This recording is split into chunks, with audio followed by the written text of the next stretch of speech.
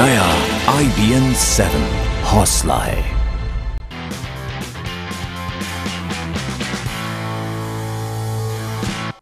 नमस्कार, आप देख रहे हैं सुपरफास्ट न्यूज। आइए शुरू करते हैं ताबड़तोड़ खबरों का सिलसिला सुपरफास्ट न्यूज पे। प्रधानमंत्री नरेंद्र मोदी अपनी 3 देशों की यात्रा खत्म कर भारत लौट आए हैं। पीएम मोदी कनाडा से फ्रैंकफर्ट के रास्ते भारत आए। 3 देशीय दौरे के अंत में वो कनाडा के वैंकूवर में थे। वैंकूवर से रवाना होते वक्त उन्होंने ट्वीट कर कनाडाई पीएम स्टीफन हार्पर को धन्यवाद किया और कहा कि ये दौरा भारत कनाडा संबंध को मजबूती देगा। प्रधानमंत्री मोदी ने अपनी 3 देशों की यात्रा के 9 दिवसीय दौरे की शुरुआत 9 अप्रैल को फ्रांस से शुरू की थी। उसके बाद अपने दूसरे पड़ाव में जर्मनी पहुंचे थे और फिर कनाडा का दौरा किया। मोदी का यह दौरा कई मायनों में सफल रहा। उन्होंने मेक इन इंडिया के लिए दुनिया भर के निवेशकों को संदेश दिया और उन्हें भारत में निवेश के लिए न्योता दिया। जर्मनी में चांसलर मर्केल के साथ हैनोवर मेले की शुरुआत की, जहां मेक इन इंडिया का प्रचार प्रसार किया। फ्रांस, जर्मनी और कनाडा के उद्योगपतियों और निवेशकों को भारत में निवेश करने पर तमाम सुविधाएं देने का वादा किया। पीएम मोदी ने इस दौरे में विदेश में रह रहे भारतीयों को भी भारत आकर निवेश करने के लिए आमंत्रित किया। फ्रांस, जर्मनी और कनाडा में उनका जोरदार स्वागत हुआ। उन्होंने अमेरिका के मेडिसन स्क्वायर जैसा ही बड़ा भाषण टोरंटो के रिको कोलोजियम में दिया, जहां 10,000 से ज्यादा लोग मौजूद थे।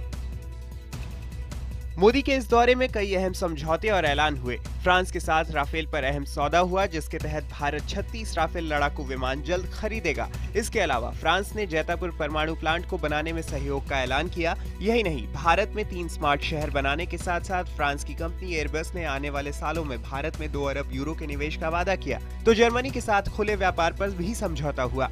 भारत में जर्मन कंपनियों का निवेश बढ़ाने के लिए उन्हें ज्यादा सुविधाएं देने का ऐलान किया गया। शिक्षा के क्षेत्र में भी भारत जर्मनी में समझौता हुआ। तो वहीं कनाडा से अहम यूरेनियम खरीद पर समझौता हुआ।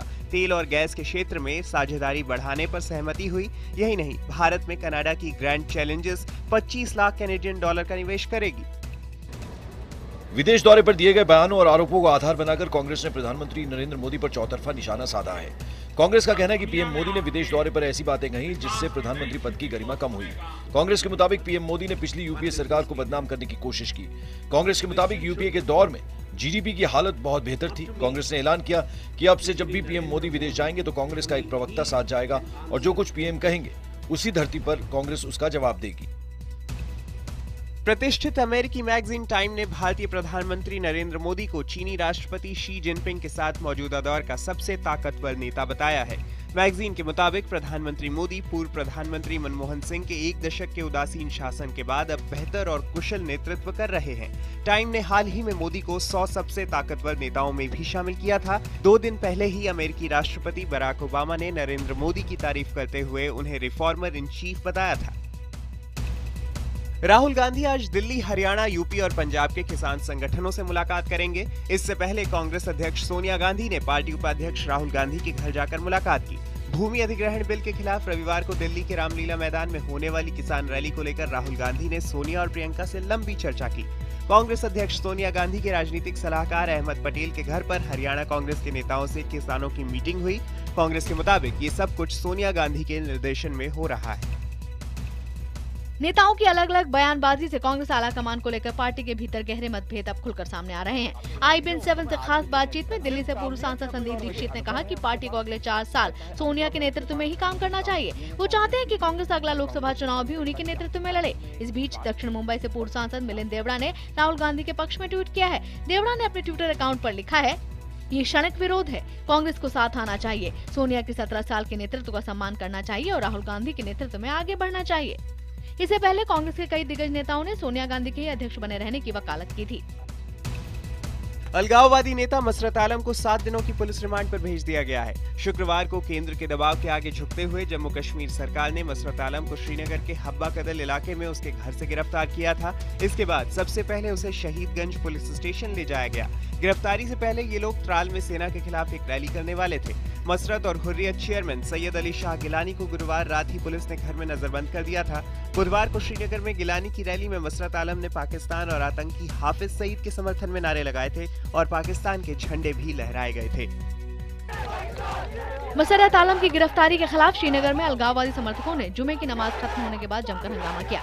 मसरत आलम की रिहाई की मांग को लेकर अलगाववादी नेता मीरवाइज उमर फारूक की अगुवाई में सैकड़ों लोगों ने त्राल की तरफ मार्च निकाला। ये लोग मसरत को जल्द छोड़ने की मांग कर रहे थे। पुलिस ने हालात बिगड़ते देख इन्हें रोकने की कोशिश की तो ये पुलिस से भी उलझ गए। हालात संभालने के लिए पुलिस ने आंसू गैस के गोले दागे। इसके जवाब में हंगामा कर रहे लोगों ने पत्थरबाजी शुरू कर दी। ये लोग मसरत की रिहाई के साथ साथ बाकी अलगाववादी नेताओं को नजरबंद किए जाने का भी विरोध कर रहे थे। गद्दार मसरत आलम की गिरफ्तारी को लेकर लश्कर के मुखिया हाफिज सईद ने एक बार फिर भारत के खिलाफ जमकर जहर उगला। लाहौर में मसरत आलम के समर्थन में रैली करने पहुंचे आतंकी हाफिज सईद ने कहा कि कश्मीर के मुसलमानों और दुनिया के मुसलमानों के लिए जहां भी जरूरत होगी वो पहुंचेंगे। भारत के खिलाफ और जहर उगलते हुए हाफिज ने कहा कि मसरत आलम बागी नहीं है और उसके ऊपर मुकदमा पाकिस्तानियों के ऊपर मुकदमा है। हाफिज ने कहा कि कश्मीरियों के लिए वो हर तरह की कुर्बानी देने को तैयार है।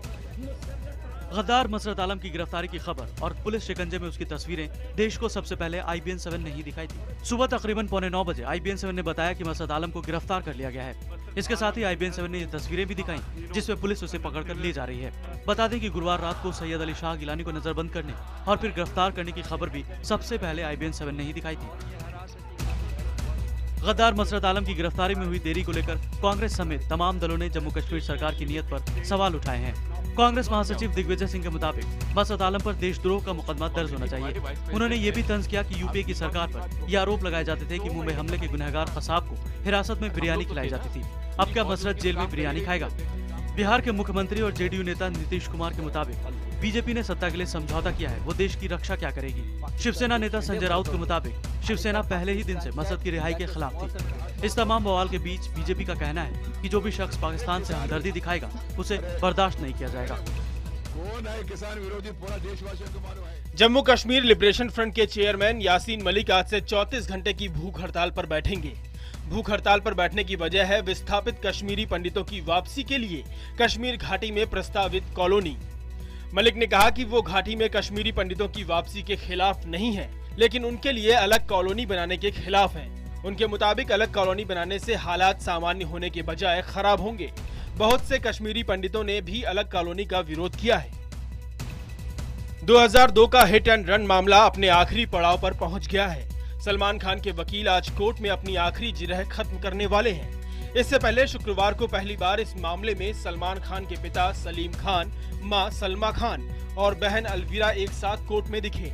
पूरे परिवार ने लगभग 3 घंटे तक अपने वकील की आखिरी जिरह सुनी।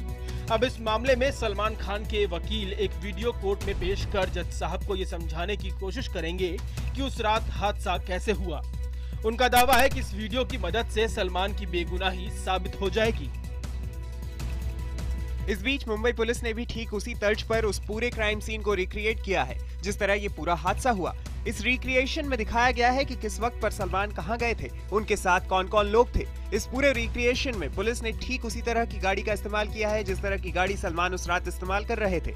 आरोप है कि जिस वक्त ये हादसा हुआ था सलमान की गाड़ी काफी तेजी से बेकरी के बाहर फुटपाथ पर सो रहे लोगों पर चढ़ गई थी, जिसमें एक शख्स की मौत हो गई थी और 4 लोग घायल हो गए थे।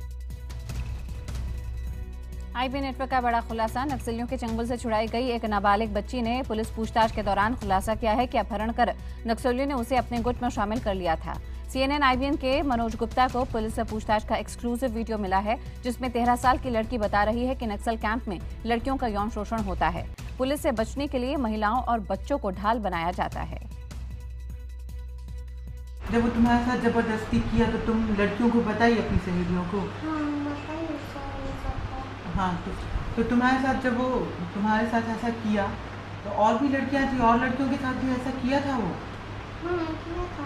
कौन किया था? मालूम से किया था। अच्छा, तो तुमको कैसे पता चला? तुम देखी? मैं देखी, लड़के लोग बताए हमको ये ऐसे करते हैं माधव ये। वो तो 5 लड़के हो उसके साथ तो काम की सबको करते थे, काम के सबको और सारों सबको करते थे। तो वो लोग अलग है तो वो सब करते थे और हम लोग ना को के साथ थे इन लोग से। आम आदमी पार्टी ने अपने 4 बागी नेताओं को कारण बताओ नोटिस जारी कर 48 घंटे में जवाब तलब किया है। आम आदमी पार्टी ने योगेंद्र यादव, प्रशांत भूषण, प्रोफेसर आनंद कुमार और अजीत झा को नोटिस जारी किया है। आपने बागी नेताओं को लेकर बनी अनुशासन समिति की रिपोर्ट आने के बाद ये नोटिस जारी किया। समिति ने अपनी रिपोर्ट में कहा कि चारों नेता 15 दिन से पार्टी विरोधी गतिविधियों में शामिल रहे हैं और पार्टी के अलग अलग इलाकों में पार्टी विरोधी सभाएं भी की हैं। विपक्षी सांसदों ने मानव संसाधन मंत्री स्मृति ईरानी के खिलाफ मोर्चा खोलते हुए राष्ट्रपति और प्रधानमंत्री से दखल की अपील की है। एक संयुक्त बयान जारी कर इन सांसदों ने आरोप लगाया है कि मानव संसाधन विकास मंत्रालय मनमानी कर रहा है और IIT और यूनिवर्सिटी के कामकाज में दखल दे रहा है। बयान जारी करने वालों में राज्यसभा सांसद राजीव शुक्ला, केसी त्यागी, DP त्रिपाठी और D राजा का नाम शामिल है। अब आपको आयकर रिटर्न में अपने सभी बैंकों की जानकारी देनी होगी। यही नहीं, अगर विदेश दौरा किया है तो उसका भी विवरण देना होगा। CBDT ने साल 2015-16 के लिए नए ITR फॉर्म नोटिफाई किए हैं। काले धन को रोकने के लिए इसमें ये बदलाव किए गए हैं। कोलकाता नगर निगम के 144 वार्डों के लिए आज वोट डाले जाएंगे। इस चुनाव में 37 लाख से ज्यादा मतदाता हिस्सा लेंगे। इस मतदान के लिए कुल 1077 उम्मीदवार चुनावी मैदान में हैं। मतदान सुबह 7 बजे से शाम 3 बजे तक चलेगा। चुनाव के मद्देनजर कड़ी सुरक्षा की व्यवस्था की गई है। बता दें कि 25 अप्रैल को दमदम सहित राज्य के 92 नगर पालिकाओं के चुनाव भी होने हैं। सभी चुनाव परिणाम एक साथ 28 अप्रैल को घोषित किए जाएंगे।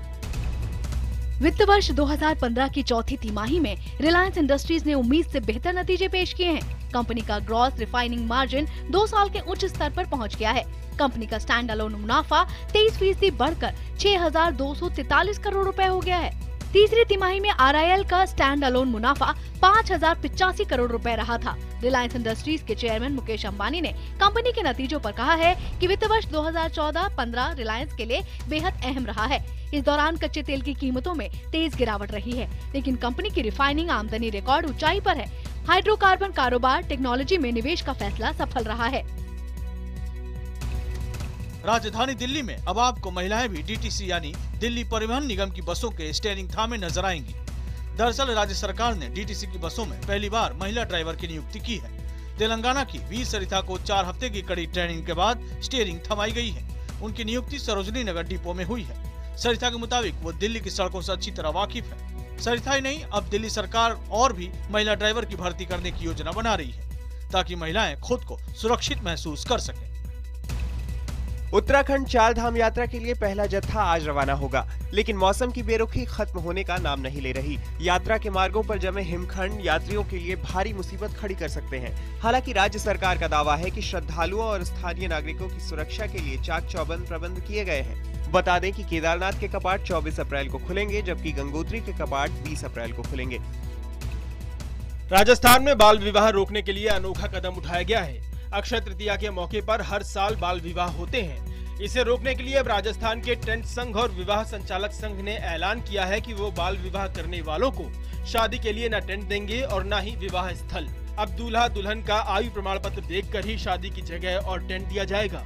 यही नहीं, राजस्थान ब्राह्मण महासभा ने भी राज्य के सभी पंडितों से अपील की है कि वे बाल विवाह न करवाएं। आपको बता दें कि 21 अप्रैल को अक्षय तृतीया है, जब अक्सर बड़ी तादाद में बाल विवाह होते हैं।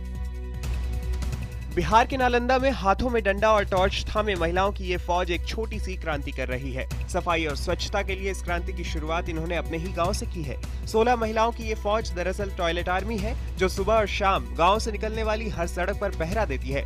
ऐसे लोग जो खुले में शौच जाते हैं, उन्हें ये न सिर्फ धिक्कारती है बल्कि उन्हें नसीहत भी देती है कि ये सड़क चलने के लिए है, न कि शौच के लिए। महिलाओं की इस पहल से प्रभावित होकर अब इन्हें गाँव वालों का भी समर्थन मिल रहा है। शुक्रवार को खेले गए IPL मैच में चेन्नई सुपर किंग्स ने मुंबई इंडियंस को बुरी तरह हरा दिया। चेन्नई ने मुंबई को 6 विकेट से हरा दिया। चेन्नई की टीम ने यह मैच 17वें ओवर में जीत लिया। चेन्नई की ये लगातार तीसरी जीत है। मुंबई ने पहले खेलते हुए 183 रन बनाए थे। वो उम्मीद कर रही थी कि शायद इस मैच से उसका हार का सिलसिला थम जाए, लेकिन चेन्नई के आगे वो ढेर हो गई। मुंबई की ये लगातार चौथी हार है।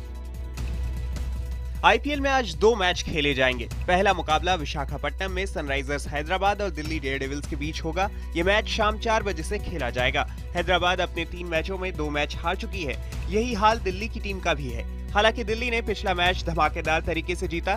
दूसरा मैच रात 8 बजे पुणे में खेला जाएगा, जहां कोलकाता नाइट राइडर्स और किंग्स 11 पंजाब की टीमें आपस में भिड़ेंगी। पंजाब की टीम अपने पिछले 2 मुकाबले हार चुकी है, जबकि कोलकाता को बेंगलोर ने हराया था। ग्रीस की राजधानी एथेंस में वामपंथियों ने खदानों के विरोध में प्रदर्शन किया। प्रदर्शनकारियों की पुलिस के साथ झड़प भी हुई और इस दौरान आंसू गैस के गोले दागे गए। यमन की राजधानी सना में हजारों शिया विद्रोहियों ने सड़कों पर निकलकर प्रदर्शन किया। ये विरोध प्रदर्शन UN सुरक्षा परिषद में उस फैसले के खिलाफ था जिसमें शिट्टे के नेताओं के हथियार रखने पर प्रतिबंध लगाने की बात कही गई है।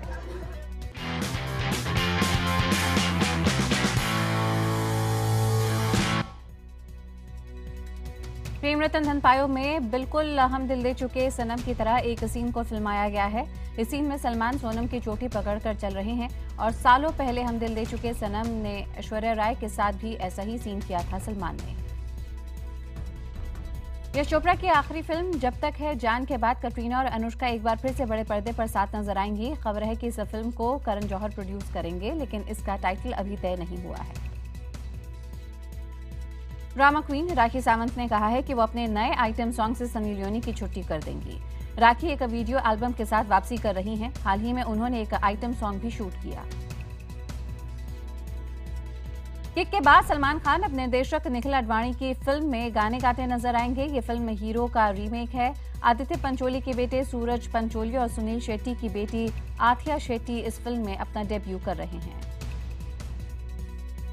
ऋचा चड्ढा इस साल होने वाले कांस फिल्म फेस्टिवल में अपनी फिल्म मसान के लिए वहां जाएंगी। इससे पहले ऋचा गैंग्स ऑफ वासेपुर की स्क्रीनिंग के लिए कांस फिल्म फेस्टिवल जा चुकी हैं। प्रियंका चोपड़ा ने संजय लीला भंसाली की फिल्म बाजीराव मस्तानी पर काम शुरू कर दिया है। वो फिल्म की 90 दिनों तक शूटिंग करेंगी। फिल्म में प्रियंका के किरदार के लुक को फाइनल करने में 1 साल का वक्त लगा।